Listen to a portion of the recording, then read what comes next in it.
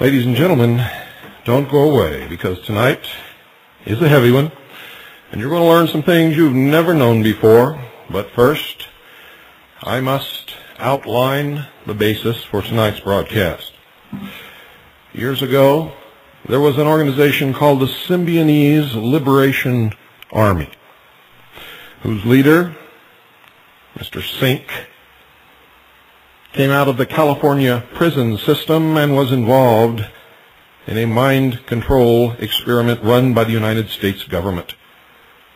It is our belief that it was this mind control experiment that created the Symbionese Liberation Army. And if you will remember, the last remaining members of that organization died in a fire set by the police, and they disappeared from history. In Philadelphia, another group, the MOVE group, died the same death, consumed in an overwhelming combustion, a flame. They died by fire.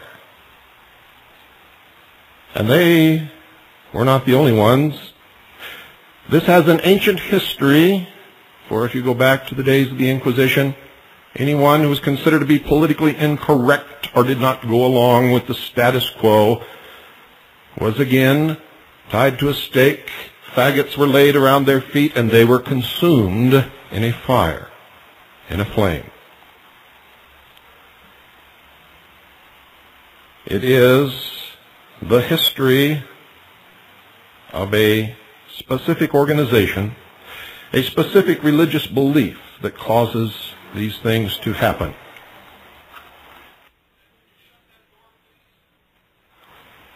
Not long ago, in a town in Waco, Texas, a church known as the Branch Davidians were again consumed by the flame, burned in the fire. In this hidden religion, they believe that all things in nature are renewed by fire. Their enemies are cleansed and cannot come back to get them. It is known to us as the Waco Massacre. Today, on all the news media, you were told that in Switzerland, a religious cult led by a man who called himself the Messiah, or Jesus, committed mass suicide. And it was a lie. You're going to learn the truth now, and then during the rest of this hour, I'm going to reveal to you this mystery religion. I'm going to tell you who these people are, who do these things, who eliminate their enemies and burn them, consume them in the flame, the fire. Remember, in Dallas, Texas, in Dealey Plaza, there is an obelisk representing the generative force of this religion. On the top of this obelisk is a flame. A flame. On the grave of John F. Kennedy burns an eternal flame put there in mockery by those who murdered him in a temple of the sun. On Elm Street, he was the sacrificed king. And in Cherry, Switzerland, police, late last night, which was day there, found 48 bodies after fires in 2 Swiss villages linked to a Canadian-based religion led by a charismatic doctor who was said to have portrayed himself as a new Christ. Does this sound familiar? 22 of the bodies, many clad in black and red cloaks, which is the color of the mystery school, Freemasonry, black and red cloaks and with bullet wounds to the head, were found in a hidden basement under a barn in Cherry, a farming community in western Switzerland. They did not commit suicide. Another body, that of a 73-year-old Geneva man who had rented the buildings 4 years ago, lay in a nearby farmhouse with a plastic bag over his head. He had also been shot execution style. In the alpine mountainside hamlet of Granges-sur-Salvan, 100 miles to the south, firemen pulled 25 corpses from the smoldering ruins of 2 chalets, and a police spokesman said it was feared more bodies were in another house still burning. A local official and fireman who was among the first to find the cheery bodies said some were in a secret chapel, apparently set up by members of this religion, whom they say called themselves, and I quote, the Order of the Solar Temple, end quote, headed by the homeopathic Dr. Luc Jaurès, 46, of Canada. Police said Jaurès was also the owner of 2 of the chalets at Granges. In Canada, police in Quebec told our representatives that a house he owned there had also burned late on Tuesday, and 2 people had been consumed by those flames.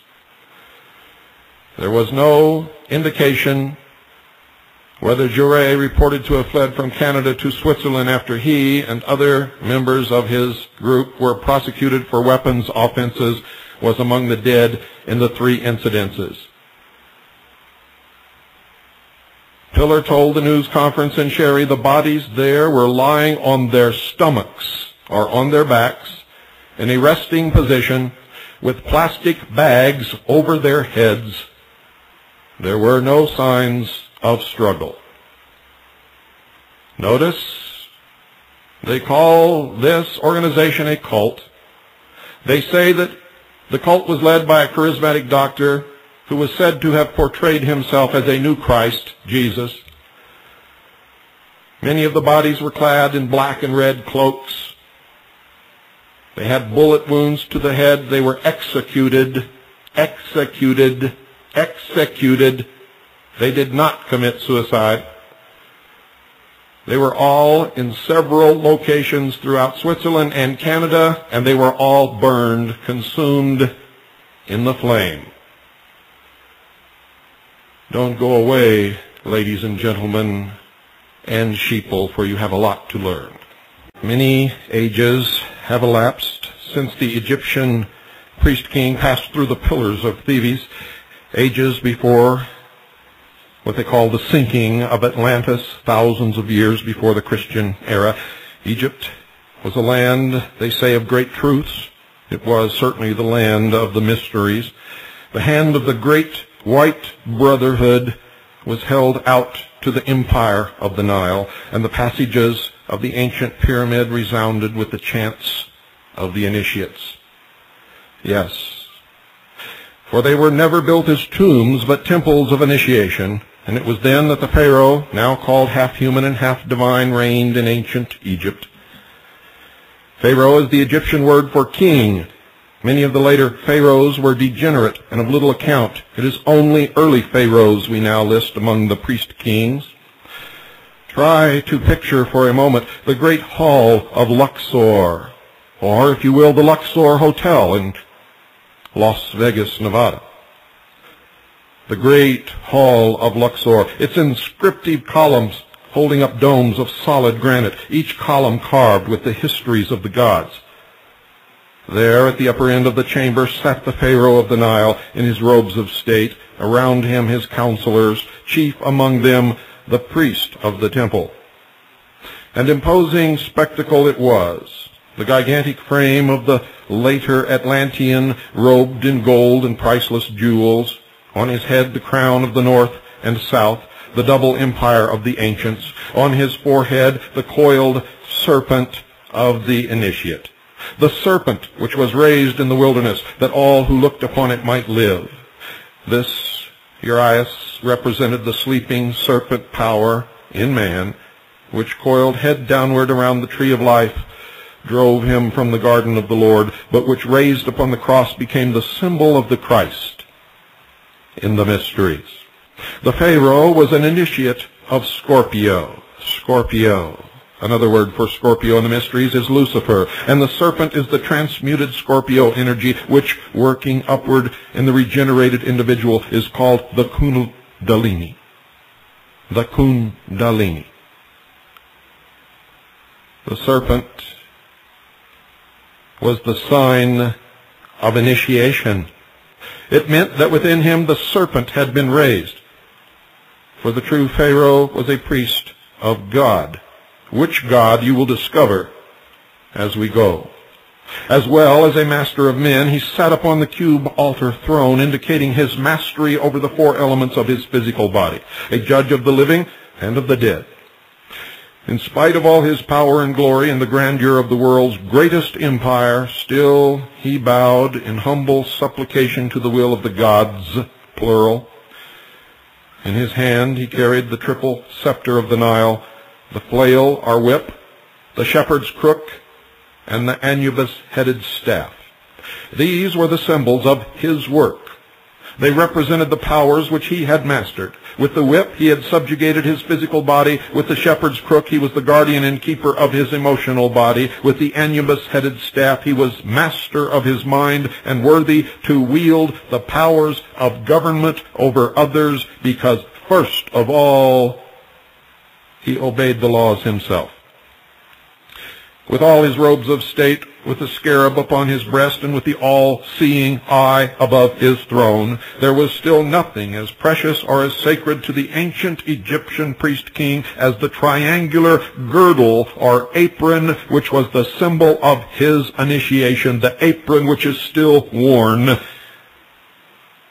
in the lodges of the Sons of Light, the Freemasons, the Freemasons. The apron of the ancient Egyptian carried with it the same symbolism as the Masonic apron of today. It symbolized the purification of the body.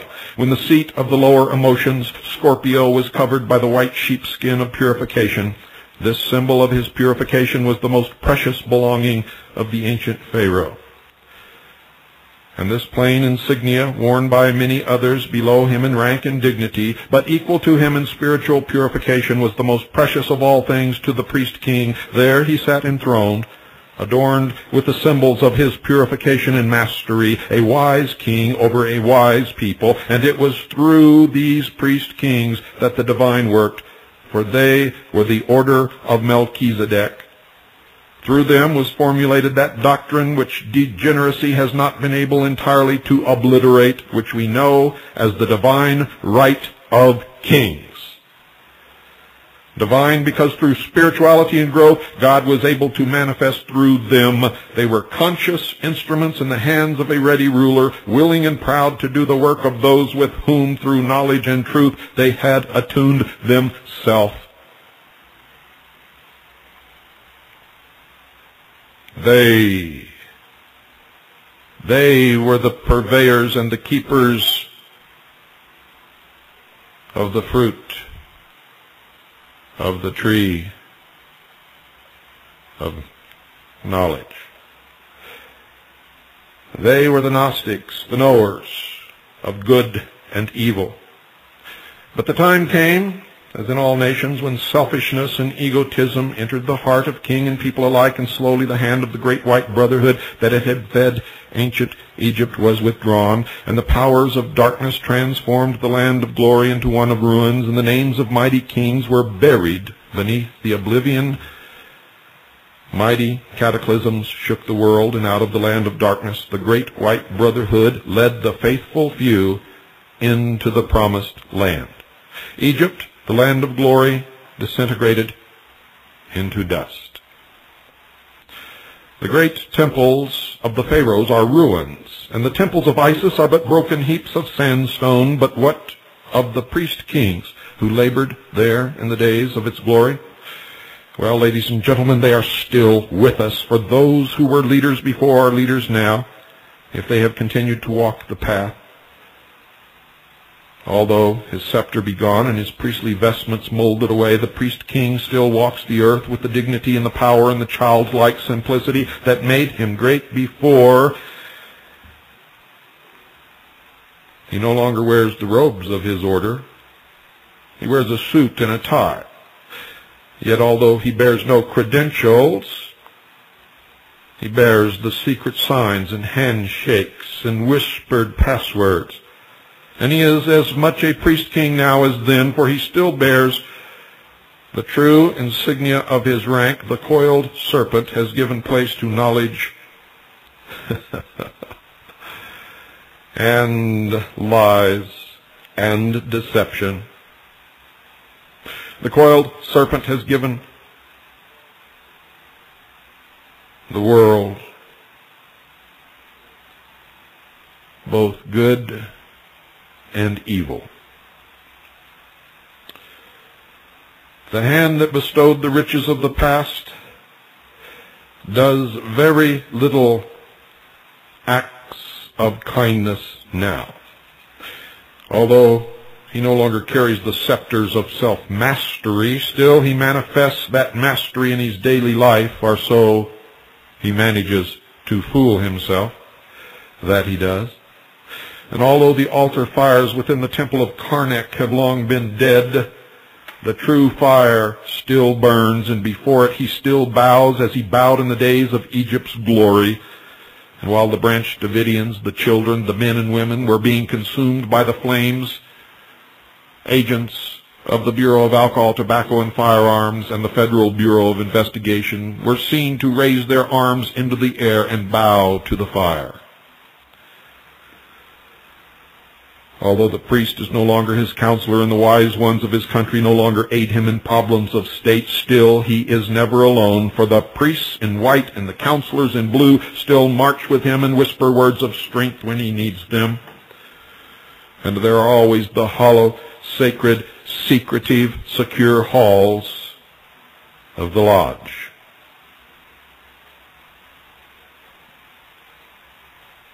And still in the invisible ether about the pyramids of Giza, the initiations continue. Still, the initiate receives the insignia of his rank, the coiled serpent. Before that fire, he makes his vows, and upon the burning altar of his own higher being, he lays his crown and his scepter, his robes and his jewels, his hates and his fears, and sanctifies his life as a priest-king, and swears to serve none but his own higher self, the God within.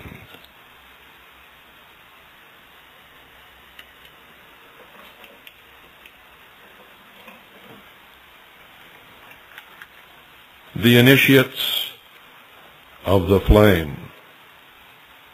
He who lives the life shall know the doctrine. To all ancient peoples, fire was a symbol of the divine one dwelling in the innermost parts of all things. Robert Flood, a Rosicrucian mystic, writing in the 17th century, declared that the fire of the philosophers was divided into three parts. First, a visible fire, which is the source of physical light and heat. Second, an invisible or astral fire, which enlightens and warns the soul. Third, a spiritual or divine fire, which in the universe is known as God and in man as Spirit. The initiates, who took their oaths in the presence of the flame, renounced the lesser concerns of ordinary life, and freed from the attachments of this material sphere, these purified souls became custodians of that symbolic flame of wisdom, which they say is the true light of the world. This light is a manifestation of what they call the one universal life, that active agent whose impulses are the cause of all sidereal phenomena. Where in antiquity this flame of light, this spirit fire, was the object of a universal adoration and was worshipped as the very presence of God himself, it now lies buried beneath the ruins of man's fallen temple. Obscured by the paramount interests of the flesh, it emits but the faintest gleam in this non-philosophic age, except hidden behind the veil of the mysteries, practiced in secret in the depths of the night in the lodge, carried in symbolism and mystery throughout the world. the great white brotherhood, I can assure you, lives and is in control. Few realize that even at the present stage of civilization in this world, there are souls who, like the priests of the ancient temples, walk the earth and watch and guard the sacred fires that burn upon the altar of humanity. They call themselves purified ones. They are who have renounced the life of this sphere in order to guard and protect the flame, that spiritual principle in man now hidden beneath the ruins of his fallen temple. And all this symbolic mumbo-jumbo means is secular humanism, the concept that man himself is God. You see, they not only lie to you, they not only deceive you, they not only manipulate you, but they lie to themselves, they deceive themselves, and they manipulate those below them.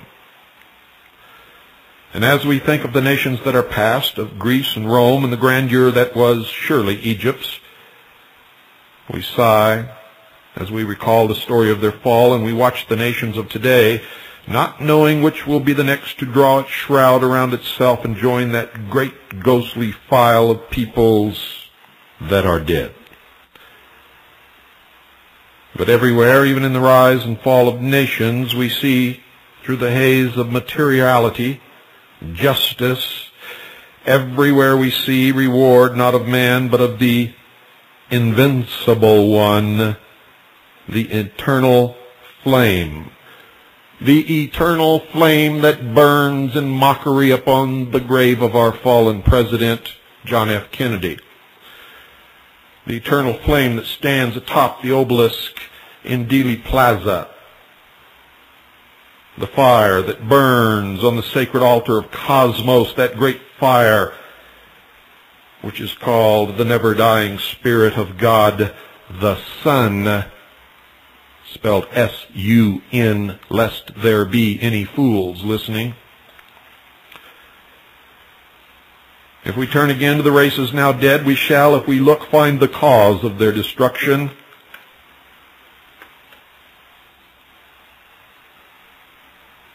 It's not difficult. It was a loss of morality, the disintegration of the family,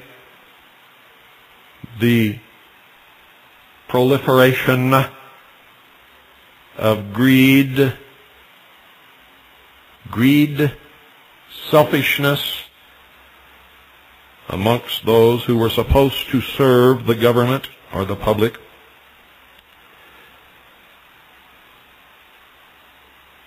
Degeneracy, lust and passion, hates and fears crept into the souls of Greece and Rome, and black magic overshadowed Egypt.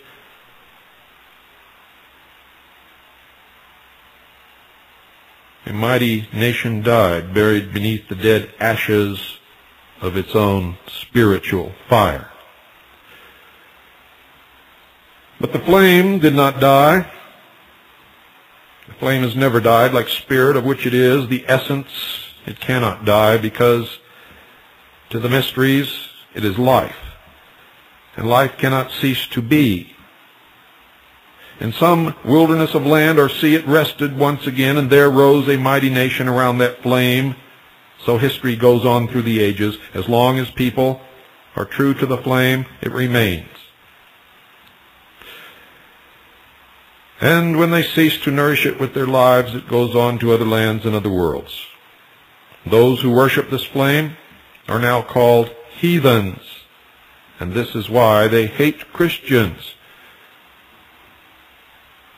Christians call them heathens. Little do they realize that they are heathen themselves. And I'm talking about those who call these heathens.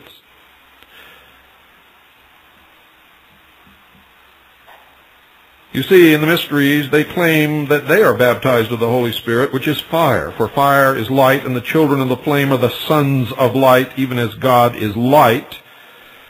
However, ladies and gentlemen, however much it sounds as if they believe the same as you, this, again, is a metaphor for the esoteric truth of what they really believe. For they believe that the God of the Bible is an evil God who held man prisoner in the Garden of Eden in the bonds of the chains of ignorance. And that man was set free, given his opportunity by Lucifer through his agent Satan with the gift of intellect. And that Lucifer is the god of light, not Jesus Christ, who said, I am the way, the truth, and the light.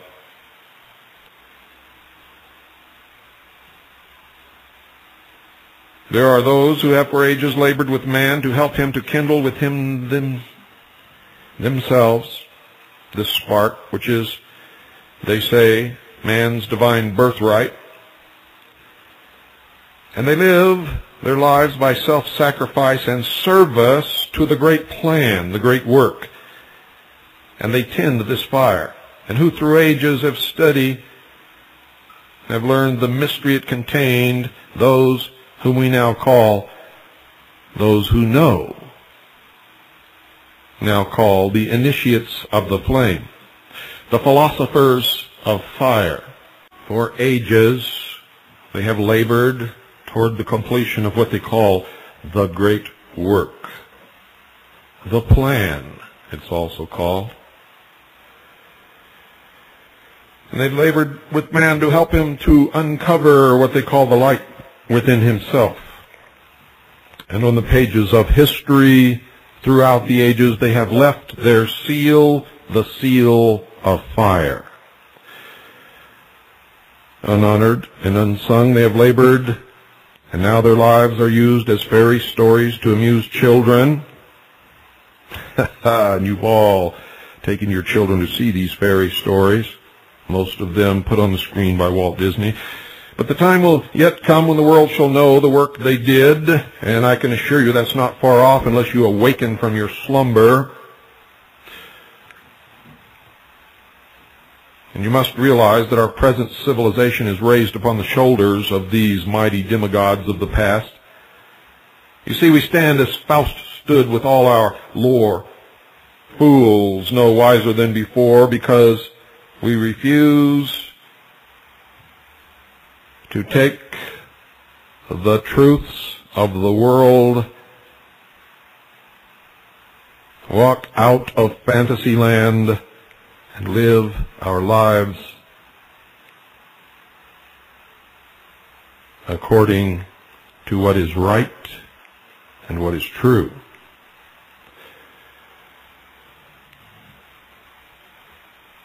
They want to be honored, these sons of the flame, not by words, but by so living that their sacrifice shall not be in vain. You see, they believe in salvation by works, not in salvation by faith. And I'm not making any judgments on their religion or upon yours, and I want you to understand it. I am a true constitutionalist. I believe that everyone has the right, protected by the Constitution and the Bill of Rights, to worship at whatever altar they choose. I have no qualms with that. The problem I have with these people is that they lie, and they deceive, and they manipulate, and they have done so throughout history. And they are not the only ones, for the Christian church has done the same, and the Jewish rabbis have done the same, and nations and governments have done the same, and they do it because the people allow them to do it. For the people, for the most part, and this is absolutely true, no matter how angry you become upon hearing it, are nothing more than sheeple who never, ever use their brains. They look for someone else to tell them what is true and what is false, to tell them when to get up and when to go to bed. They look with envy upon the person who has elevated themselves to a position of ownership, who have, through sweat and labor and toil and study, started a business that has succeeded, And because they cannot or will not use their brains, they must work for this person, and so they hate him. Sheeple. In the mysteries, this phrase is used. A nation or world of people who will not use their intelligence are no better than animals who do not have intelligence. Such people are beasts of burden and stakes on the table by choice and consent. And you can take that to the bank.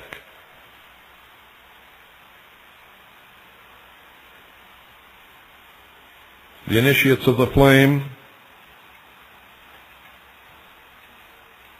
and their robes of glory have passed behind the veil.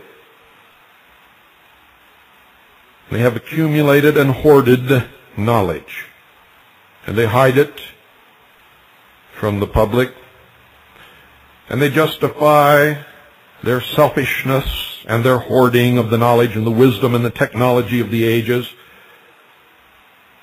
by stating, even though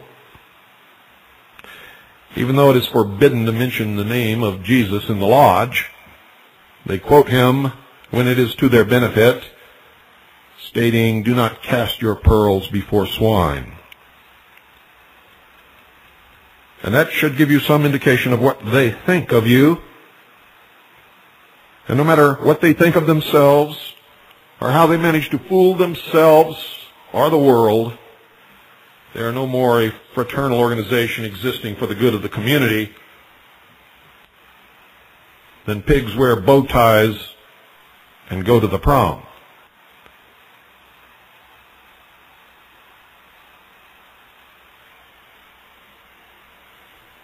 For anyone who practices the lies and deceit that these men do, have no morals, cannot have good intentions. For what they are building is based upon a lie, it is based upon deceit, it is based upon manipulation, and anything born of a lie is just a bigger lie, and has been throughout the history of the world. And in their deception, in their arrogance, they look upon the public as prey, and they, being beasts, feed lavishly upon the ignorance of the sheeple. Do you want to know who they are? Go down to your local Masonic lodge. Go down to the ancient Order of the Rosy Cross. Go down to the Order of St. John of Jerusalem.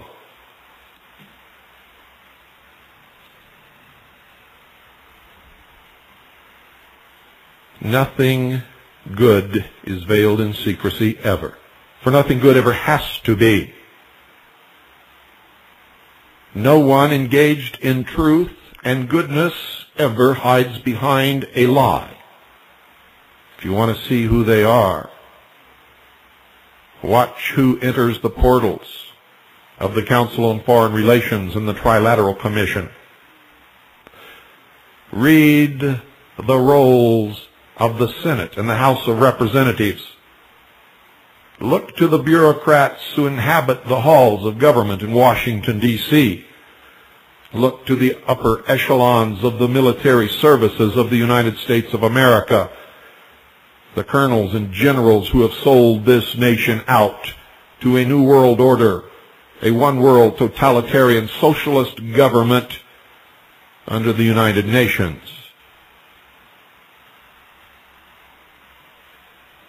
And it is not a conspiracy. Don't call it a conspiracy. It is all out in the open, and it stands upon the ignorance, apathy, and stupidity of the American people. That is the foundation upon which the New World Order is built.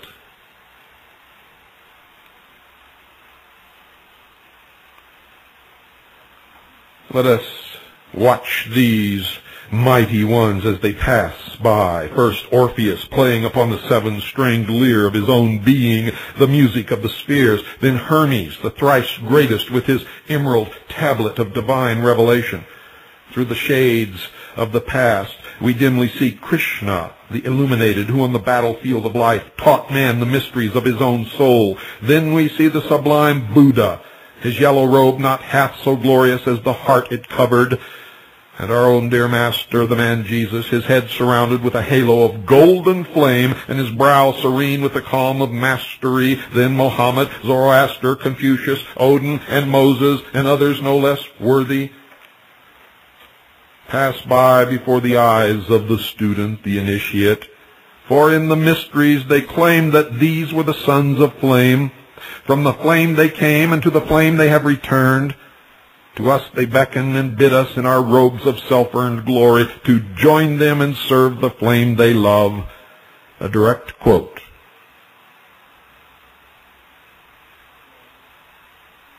They say that these were without creed or clan, that they served but the one great ideal, the great work or the great plan. They claimed that Jesus was a member of a Gnostic sect, and that he is a fiction born of the mysteries. The wound in the side in the mysteries, or the wound in the thigh, are metaphors for castration, the severance of the genitals. It is represented in the mysteries when the candidate lies in the coffin, as George Bush did, naked in the crypt at Yale University with a ribbon tied around his genitals, symbolizing the separation of the animal in man and the elevation of the intellect.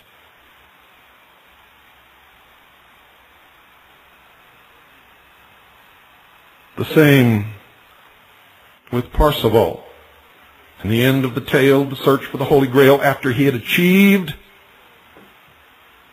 his goal, after he had finally obtained the Grail, he lay in bed with a woman who tried her best to coax him into making love to her, and he said, "I cannot, for I have a wound in the side."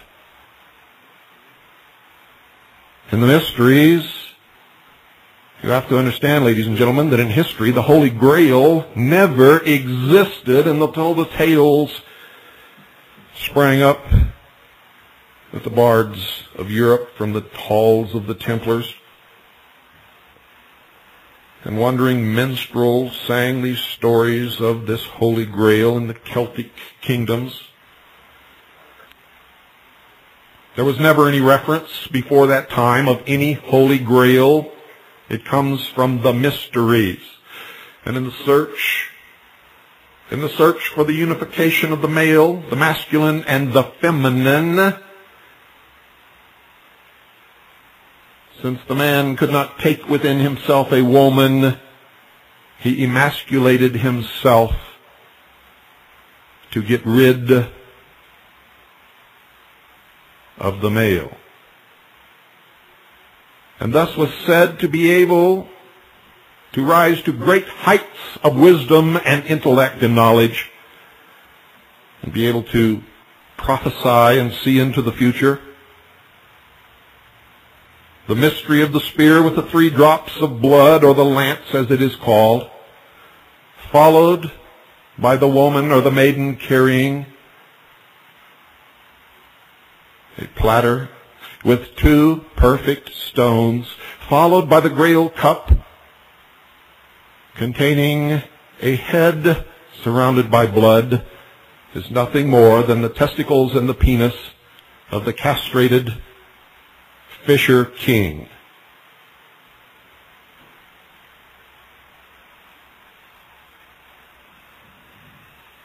I have discovered the origin and the meaning of this myth, and I've just revealed it to you. You do not have to look any further. It was never Christ's cup that he drank out of at the Last Supper, although the Grail can be whatever those who seek it wish it to be. In the halls of those who invented it, and in the halls of those who sang its glories, it is and has always been what I have just revealed to you. A shallow, oblong dish.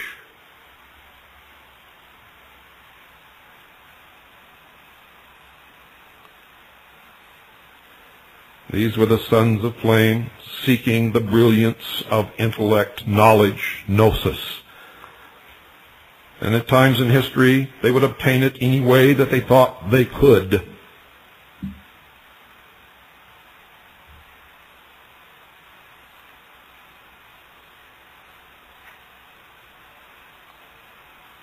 I have always tried to show you this thread, this great thread of living fire that winds in and out through all religions and binds them together with a mutual ideal and mutual needs. In the story of the Grail and the legends of King Arthur, we find that thread wound around the table of the king in the temple of Mount Salvart. The same thread of life that passes through the roses of the Rosicrucians winds among the petals of the lotus and among the temple pillars of Luxor, and through the outer courtyard and the hidden depths of the Vatican. There is but one religion in all the world, known to all the priests of all the religions, no matter what they are, and that is the worship of the spiritual flame of the universe. Under many names he is known in all lands, but as Ishwari or Ammon or God or Lucifer, he is the same, the creator of the universe, and fire is his universal symbol. But if you are not of the priesthood, you are told many different things and you believe many different things, none of them believed by the minister or the priest that stands upon the pulpit and preaches out at you the deception and the lies which cause you to put your additional tax in the coffers of the priesthood and to be manipulated by these lies repeatedly, minute by minute, hour by hour, day by day, week by week, month by month, year by year, down through the history, through the ages, through the centuries, through the millennium. The sheep are led to the pens where they are sheared and then led to the slaughterhouse where they are slaughtered. All the while watched over by a benevolent shepherd who is seen as a good, wonderful, necessary ingredient in this great cosmic comedy that it seems man will never come out of. And this is Mystery Babylon.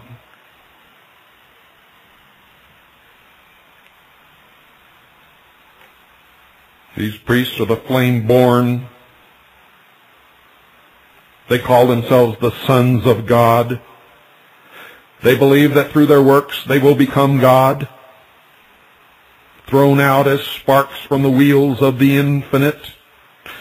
And around the flame they have built forms which have hidden their light, the mysteries, the symbology, the veil. But as students or initiates, they are increasing the light of their religion by what you perceive to be love and service, until you shall again proclaim them the sons of the eternal, the shepherd kings, and you shall bleat as sheep and bow to them, and they will rule you, and they will guarantee you a job, and they will give you food, and they will entertain you, and they will create great circuses for your benefit, and they will shear you, and when it is necessary they will slaughter you, as they have done throughout the history of the world, all claiming that it is in the best interest of humanity. They claim that they are the true initiates of the universe, the ones with the only mature minds, those who have given all to the infinite in the name of the flame within, the God that dwells within them. And they want you to find that flame and also serve it. They want to destroy whatever religion you belong to. They want you to bow to this flame. And if you do not bow to this flame, they will consume you in it. They will burn you in this flame.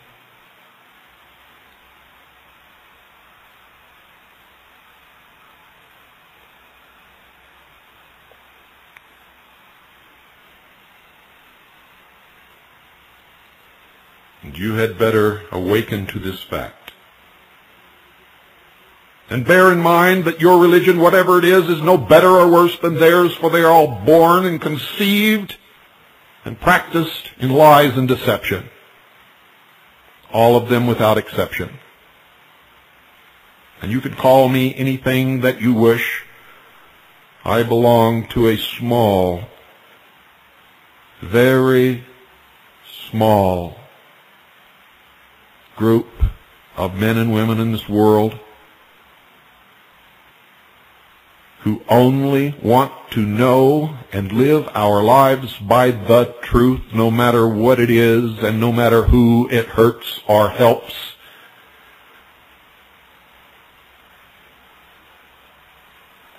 And I have told you over and over and over again that I am a messenger.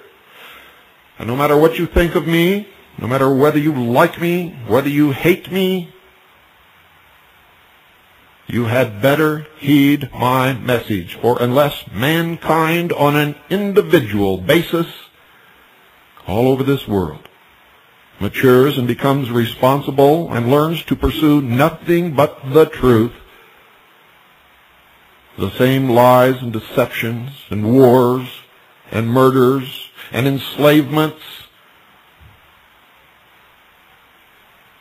and thefts will continue into the future as far as you can imagine. And that is the legacy that you will leave to your children and their children, your progeny. Our forefathers set up this nation to give us a chance to be free and responsible and to make it work. They have not betrayed us. We have betrayed them. You can blame anybody you want for what is happening in this nation today or around the world. But I can assure you, ladies and gentlemen, whoever you are, wherever you are,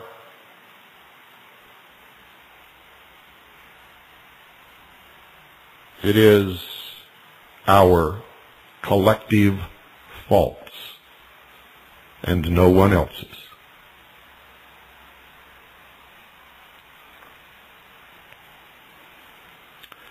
No one else's. The hours may seem long and the teachers cruel, but life is a schoolroom. And each of us must walk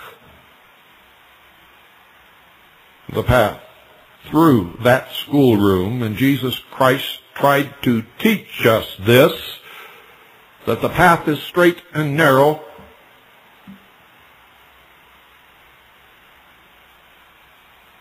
and the gate is narrow. Straight is the way and narrow is the gate, he said, and few will ever make it through. Only those ready to go onward are those who have passed through this great school of life and who have learned something from it. Most people live each day of their life and learn nothing, absolutely nothing. They discuss nothing. They attribute great importance to nothing. They sit and watch television and ignore that which should mean the most to them. And they amount to nothing And they create nothing, and indeed, because of all of this, they are nothing.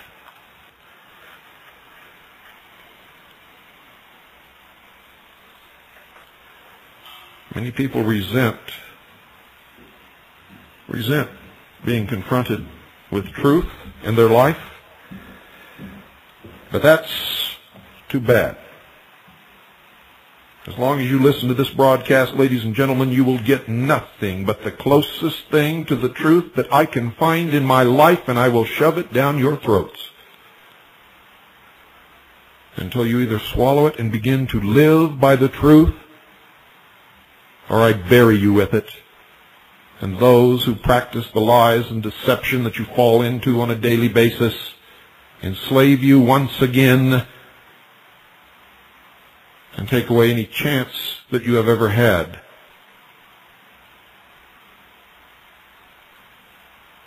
And that is the ultimate truth with which you are faced today, this minute, this hour, and that above all else you had better understand. Good night, and God bless you all. And there will be no more Wacos in this country if I have to give my life to stop it. And if you care about anything in this entire universe, you had better be there with me.